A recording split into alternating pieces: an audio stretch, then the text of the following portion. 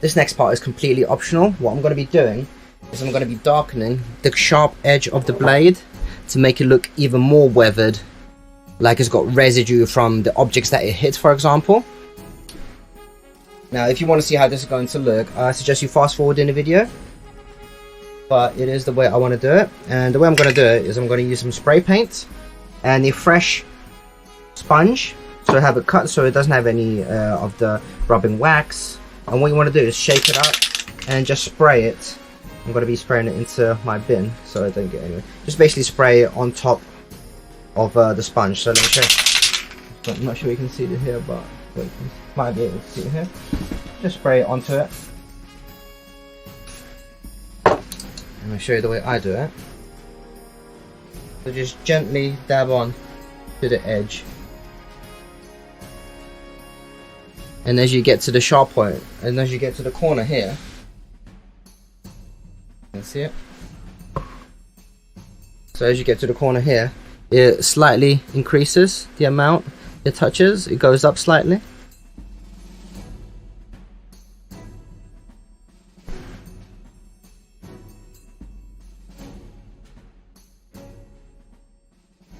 So I'm not going to be doing too much on this.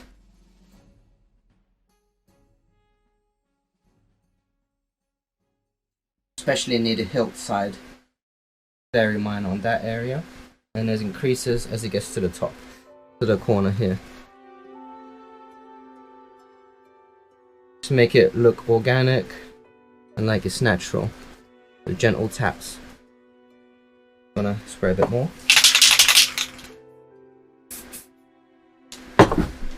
And the first few tabs do it near the corner, because you don't want to have it spilled over here. You want very minor here, so just get off the excess on this area first. And here you can start dabbing a bit higher. But yeah, at first start off on the edge, because that's where you want to get rid of the excess, as I just mentioned. And then as you got less, make your way down, make it more consistent. Right enough.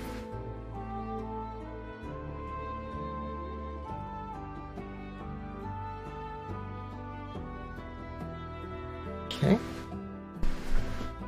I'm just going to be handling it by the handle.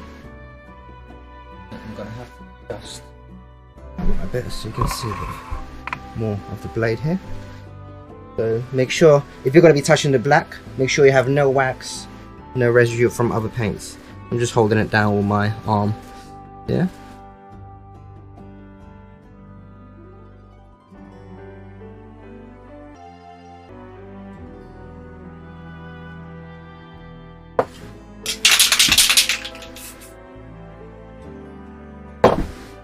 I'm just going to be increasing intensity slightly in this area. Now you see I've got a piece of paper here, because if you look at the reference pictures, it's got a nice line here where it blackens more on the tip side.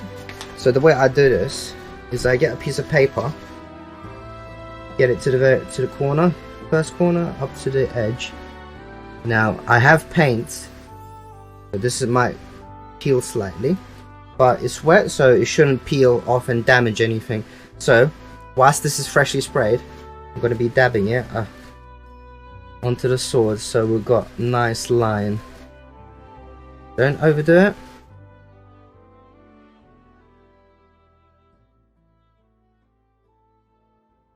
You see?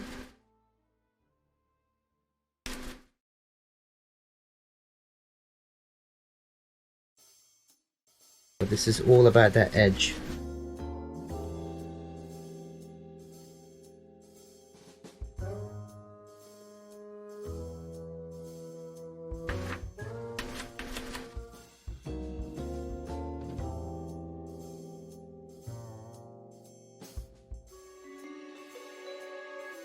And once you think you've got a nice enough line, you can move on from it and you can peel the paper off, but I'm not there just yet.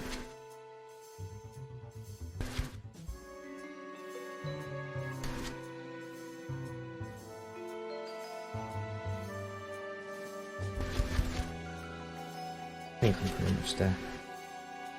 Gently. See? We've got a nice line. And just bend that piece of paper because you don't want that touching anything else. Now just to join them, get some more. It's a bit too soft on this area. Let's top it up a bit and bridge them slightly up to the more of the middle side, I think. Not too much.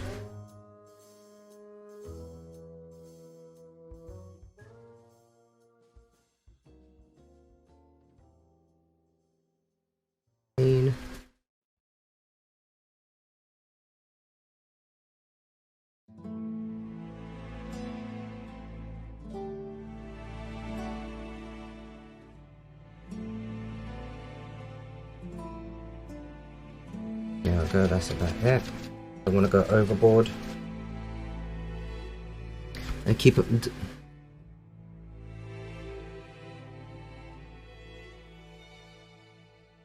That's pretty good, but I could have it a bit more even on that side. Let's have a look. There's a lot of black that I put on this area. I think that might be a bit too much. I could even it out.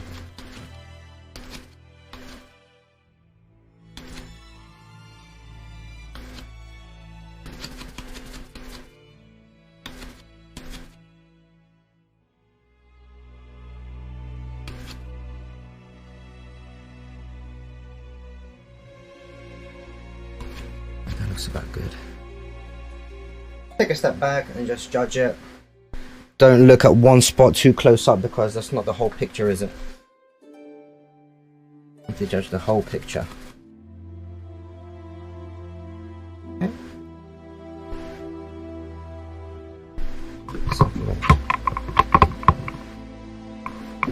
How's that looking?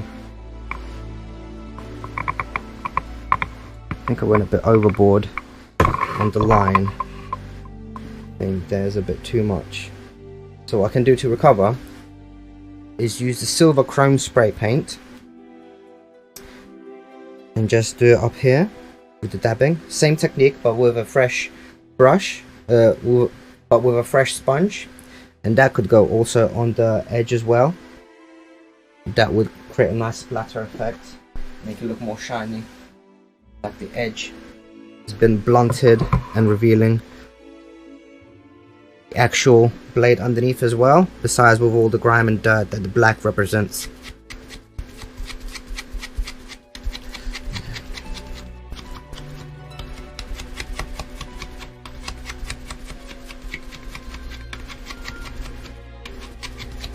I really don't want to go overboard now, but I'm just trying to gradient it in a way, like triangulate it like a nice curve. You may see there's actually some pieces from the sponge, but don't try to remove them now, just wait until the paint dries up and then you can be more confident about removing those excess sponge pieces. But I think we've done pretty well here. That looks pretty good. Yeah.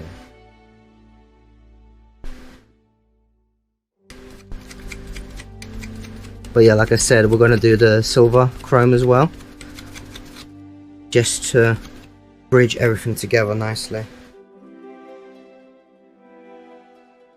Looks a bit splotchy here.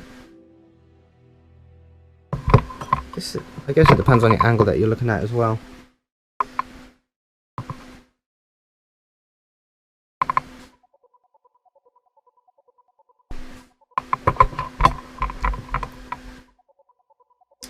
And just repeat it on the other side.